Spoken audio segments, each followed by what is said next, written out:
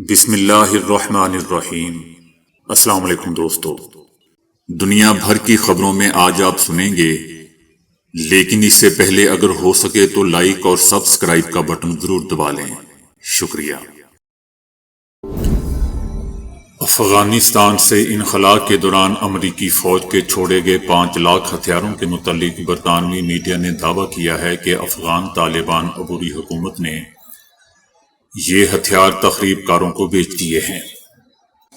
طالبان کے اقتدار میں آنے کے بعد 5 لاکھ ہتھیار گم ہو گئے تھے۔ گم ہونے والے امریکی ہتھیار بیچ دیے گئے یا تخریب کار گروپوں کو سمگل کر دیے گئے۔ اقوام متحدہ کا بھی کہنا ہے کہ افغانستان میں چھوڑا گیا امریکی اسلحہ بہت سے تخریب کاروں کی تنظیموں کے پاس بھی گیا۔ اقوام متحدہ کا بھی کہنا ہے کہ افغانستان میں چھوڑا گیا امریکی اسلحہ تخریب کاروں سے منسلک تنظیموں کے پاس بھی گیا۔ تنظیموں کو افغانستان میں امریکی ہتھیار تک رسائی ہے۔ طالبان نے بھی اقوام متحدہ کی سلامتی کونسل کی کمیٹی کو بتایا تھا کہ فوجی ساز و سامان میں سے کم از کم نصف کا حساب نہیں دے سکتے۔ اقوام متحدہ کی سلامتی کونسل کی کمیٹی کے اہلکاروں کا بھی کہنا ہے کہ افغانستان میں 5 لاکھ کے قریب فوجی ساز و سامان کا کچھ اتا پتہ نہیں ہے۔ طالبان نے 2021 میں افغانستان میں ٹیک اوور کے بعد تقریباً 10 لاکھ ہتھیار فوجی ساز و سامان اپنے قبضے میں لے لیا تھا، جبکہ افغانستان کی عبوری حکومت کا کہنا ہے کہ تمام ہلکے اور بھاری ہتھیار پورے طریقے سے محفوظ ہیں۔ اسمگلنگ یا نقصان کے دعووں کو سختی سے مسترد کرتے ہیں۔ 2023 میں طالبان نے مقامی کمانڈروں کو امریکی ہتھیاروں کا 20% رکھنے کا حکم دیا تھا، جس سے بلیک مارکیٹ کو فروغ ملا۔ برطانوی میڈیا کا کہنا ہے کہ تقریباً 1 سال تک امریکی ہتھیاروں کی فروخت کھلی مارکیٹ میں بھی ہوتی رہی۔ اب امریکی ہتھیاروں کی تجارت انڈر گراؤنڈ ہو رہی ہے۔ افغانستان کی تعمیر نو پر نظر رکھنے والے امریکی ادارے نے کہا ہے کہ افغانستان میں امریکی ہتھیار بہت ہی کم ہیں، یعنی اس وقت بہت ہی کم تعداد میں ہیں۔ تو پھر وہ سوچنے والی بات دوستو یہ ہے کہ وہ سب کا سب اسلحہ کہاں گیا؟ امریکی صدر ٹرمپ نے بھی کہا تھا کہ $85 ارب کے جدید امریکی ہتھیار افغانستان میں چھوڑے گئے تھے۔ روسی صدر پیوٹن نے ایران کے سپریم لیڈر آیت اللہ خامنئی کے نام ایک پیغام ارسال کیا ہے، لیکن دوستو یہ نہیں پتہ چل سکا کہ وہ آخر پیغام کیا ہے۔ دوسری طرف روس کا کہنا ہے کہ ایران کے ساتھ روس کے 2 طرفہ تعلقات شراکت داری کے مطابق ایک متناسب مرحلے میں پہنچ چکے ہیں۔ روس اور ایران کے باہمی تعلقات خطے کے مشکل حالات کے باوجود مضبوط ہیں اور ان میں ترقی اور پیش رفت کا سلسلہ جاری ہے۔ روس کا ایرانی جوہری پروگرام کی جانب اشارہ کرتے ہوئے کہنا ہے کہ امریکہ نے جوہری معاہدے JCPOA کو سبوتاژ کر کے انتہائی منفی اثرات مرتب کیے ہیں۔ روس اس شعبے میں باہمی تعاون کے لیے تیار ہے اور ایران کے مفادات پر مشتمل کسی بھی قانونی معاہدے کی بھرپور حمایت کرے گا۔ بھارتی ریاست کیرالہ کے ساحلی شہر کوزیم کوڈ میں حکومتی حکومت کی طرف سے منظور کیے گئے متنازع وقف ترمیمی ایکٹ کے خلاف ہزاروں لوگوں نے زبردست احتجاجی مظاہرہ کیا۔ مظاہرین نے پلے کارڈ اور بینرز اٹھا رکھے تھے جن پر متنازع ایکٹ کی مذمت کی گئی تھی۔ مظاہرین کا کہنا تھا کہ متنازع قانون سے مسلمانوں کے آئینی حقوق مجروح ہوئے ہیں۔ انڈین یونین مسلم لیگ کے ریاستی صدر نے بھی متنازع قانون پر مودی حکومت کو کڑی تنقید کا نشانہ بنایا۔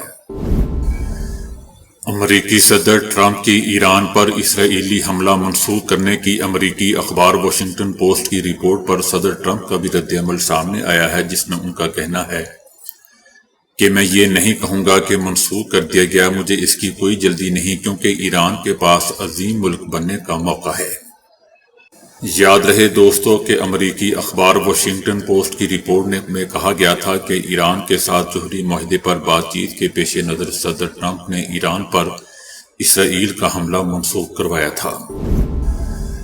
سپریم کورٹ آف انڈیا میں وقف ایکٹ کی سماعت پر آل انڈیا مجلس اتحاد المسلمین کے رکن پارلیمنٹ اسد الدین اویسی کا کہنا ہے کہ ہم اس قانون کو غیر آئینی سمجھتے ہیں۔ سپریم کورٹ کا کہنا ہے کہ سینٹرل وقف کونسل اور ریاستی وقف کونسل کی تشکیل نہیں کی جائے گی۔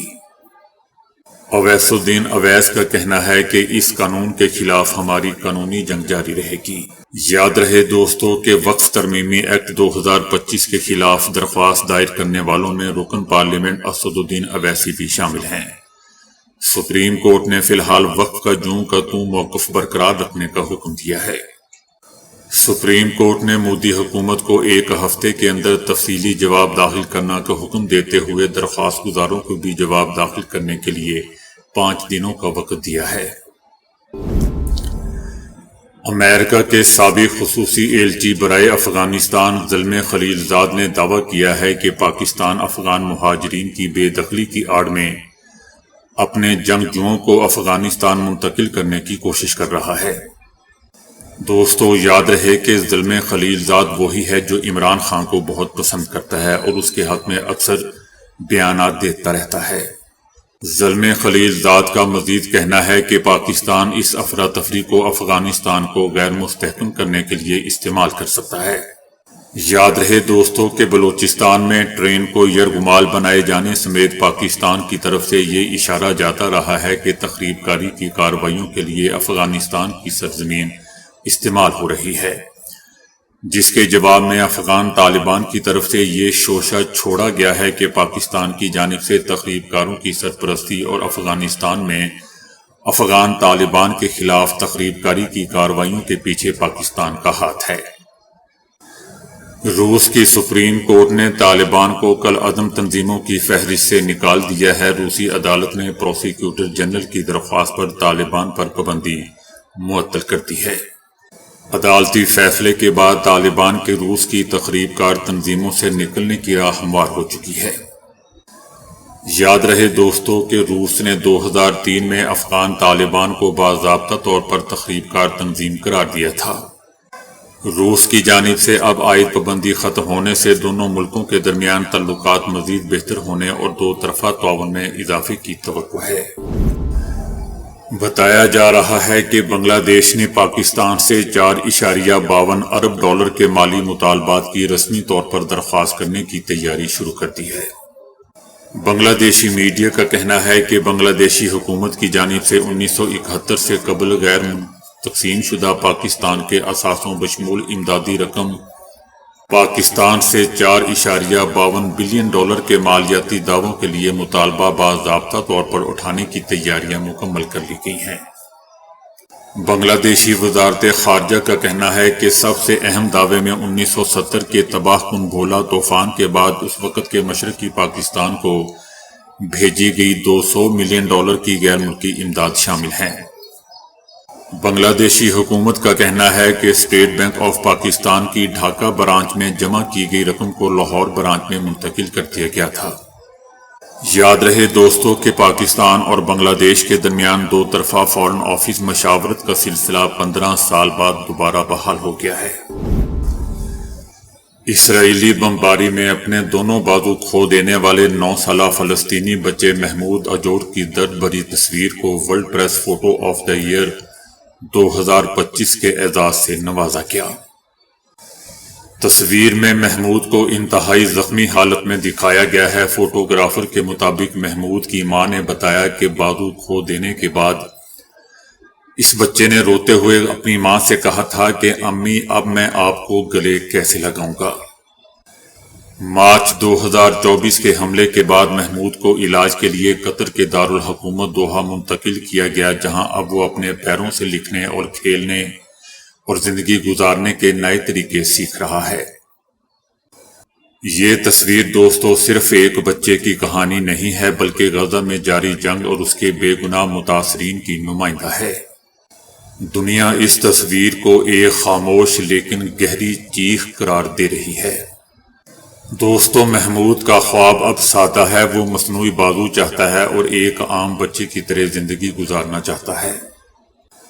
اقوام متحدہ کی ایک رپورٹ میں بتایا گیا تھا کہ دسمبر 2024 تک دنیا بھر میں سب سے زیادہ بچوں کے اعضاء غزہ میں ضائع ہوئے ہیں۔ متحدہ عرب امارات نے جدید ٹیکنالوجی کی جانب ایک اور قدم بڑھاتے ہوئے چہرے کی شناخت پر مبنی بائیو میٹرک سسٹم متعارف کروانے کی تیاری شروع کر دی ہے، جو مستقبل میں شناختی کارڈ کی جگہ لے گا۔ یہ نیا نظام مصنوعی ذہانت یعنی آرٹیفیشل انٹیلیجنس کے ذریعے کام کرے گا۔ اسے آئندہ 1 سال کے اندر پورے ملک میں نافذ کر دیا جائے گا۔ اس جدید نظام کے تحت دوستوں، متحدہ عرب امارات کے رہائشی اور شہری مختلف حکومتی خدمات یا ایئرپورٹ پر سفر کرنے کے دوران صرف اپنا چہرہ دکھا کر اپنی شناخت ظاہر کر سکیں گے۔ اس سے نہ صرف وقت بچے گا بلکہ سیکیورٹی اور سہولت میں بھی اضافہ ہوگا۔ اس وقت بھی ابوظہبی اور دبئی ایئرپورٹس پر یہ نظام جزوی طور پر فعال ہے۔ امریکی سیکرٹ سروس کے سابق رکن نے افغانستان میں چھوڑے ہوئے امریکی اسلحے کا پاکستان کے خلاف استعمال پر تشویش کا اظہار کرتے ہوئے تسلیم کر لیا ہے کہ انخلاء کے وقت اسلحہ ساتھ نہیں لے جانا سنگین فوجی کوتاہی تھی۔ امریکی اسلحہ افغانستان میں چھوڑنا غلط فیصلہ تھا۔ یہ اسلحہ بلیک مارکیٹ میں جانے پر تشویش ہے اور تخریب کار یہ اسلحہ پاکستان کے خلاف استعمال کر رہے ہیں۔ ان کا کہنا تھا کہ افغانستان میں چھوڑے گئے اسلحے کا استعمال بند ہونا چاہیے۔ افغان طالبان امریکہ کے رہ جانے والے اسلحے کی فروخت پر قابو پائیں۔ امریکہ میں دوستوں، پالیسی سازوں کو تشویش ہے کہ افغانستان میں اسلحہ کیسے رہ گیا۔ امریکی اسلحہ افغان پولیس اور سیکیورٹی فورسز کو خطے اور پاکستان سمیت تمام ہمسایہ ممالک کے تحفظ کے لیے دیا گیا تھا، لیکن انخلاء کے وقت اسلحہ ساتھ نہ لے جانا ایک سنگین فوجی کوتاہی تھی۔ ان کا کہنا تھا کہ دنیا ایک اور 9/11 کی متحمل نہیں ہو سکتی۔ افغانستان ہو یا امریکہ، برے لوگ ہر جگہ موجود ہوتے ہیں۔ پاکستان اچھا کام کر رہا ہے۔ پاکستان بہت سے معاملات میں امریکہ کی مدد بھی کر رہا ہے۔ امریکہ نے یوکرین امن معاہدے سے پیچھے ہٹنے کا اشارہ دیتے ہوئے کہا ہے کہ اگر یوکرین ڈیل قابل عمل نہ ہوئی تو یوکرین امن ڈیل کی کوششیں ہم چھوڑ دیں گے۔ امریکی وزیر خارجہ کا کہنا ہے کہ ہمیں یہ طے کرنا ہے کہ آیا یوکرین میں جنگ ختم کرنا ممکن ہے یا نہیں۔ اگر یوکرین ڈیل ممکن ہوئی تو کوشش کریں گے، ورنہ ہمارے پاس دیگر ترجیحات بھی ہیں۔ امریکی وزیر خارجہ کا کہنا ہے کہ تسلیم کرتے ہیں کہ یوکرین چاہتا ہے کہ اسے یہ یقین ہو کہ وہ اپنا دفاع کرنے کے قابل ہوگا۔ اگر دونوں فریق امن کے لیے سنجیدہ ہوں گے تو مدد کریں گے، ورنہ آگے بڑھ جائیں گے۔ یاد رہے دوستو کہ امریکی صدر ٹرمپ حکومت میں آنے کے بعد سے ہی یوکرین اور روس کے درمیان جنگ بندی کی بات کر رہے ہیں، مگر انہیں اب تک اس میں کامیابی نہیں ملی ہے۔ حماس نے جنگ بندی کے حوالے سے اسرائیلی تجویز مسترد کرتے ہوئے کہا ہے کہ غزہ جنگ کے خاتمے کے لیے تمام اسرائیلی یرغمالی رہا کرنے کے لیے ہم تیار ہیں، لیکن حماس ایک جامع اور سنجیدہ ڈیل چاہتا ہے۔ اس لیے ہم اسرائیل کی جانب سے عبوری جنگ بندی کی پیشکش کو بالکل مسترد کرتے ہیں۔ دوسری جانب دوستو، غزہ میں اسرائیلی فوج کے حملے جاری ہیں۔ خان یونس میں بمباری سے ایک ہی کر کے 10 افراد جبکہ غزہ سٹی میں 3 فلسطینی شہید ہو گئے۔ پچھلے 24 گھنٹے سے جاری اسرائیلی حملوں میں اب تک 34 فلسطینی مزید شہید ہو چکے ہیں۔ پاکستان تحریک انصاف نے کہا ہے کہ مسلم لیگ نون اور پاکستان پیپلز پارٹی کا ہمارے اندرونی معاملات سے کیا لینا دینا۔ عمران خان کی قیادت میں ہم متحد ہیں۔ عمر ایوب کا کہنا ہے کہ جوڈیشل سسٹم اور پولیس سسٹم میں ریفارم کی ضرورت ہے۔ پرسوں اڈیالہ میں عمران خان کو ملنے نہیں دیا گیا، لوگوں کو گرفتار کیا گیا۔ پاکستان کو ضرور ہارڈ سٹیٹ ہونا چاہیے، مگر بنیاد آئین اور قانونی ہونی چاہیے۔ تشدد اور جبر سے کھوکھلی سٹیٹ بنتی ہے۔ ان کا کہنا تھا کہ معدنیات بل پاس کرنا نہ کرنا صوبائی اسمبلی اور صوبائی حکومت کا معاملہ ہے۔ گرینڈ الائنس کے معاملے پر ہماری جدوجہد جاری ہے۔ وزیر اعلیٰ بلوچستان سے کہوں گا کہ ہم سب کو بلائیں۔ انویسٹمنٹ کا بنیادی اصول ہے، اس ملک میں آئین اور قانون دیکھا جاتا ہے۔ تو دوستو ابھی کے لیے اتنا ہی۔ ویڈیو کو لائک اور شیئر کرنے کا بہت بہت شکریہ۔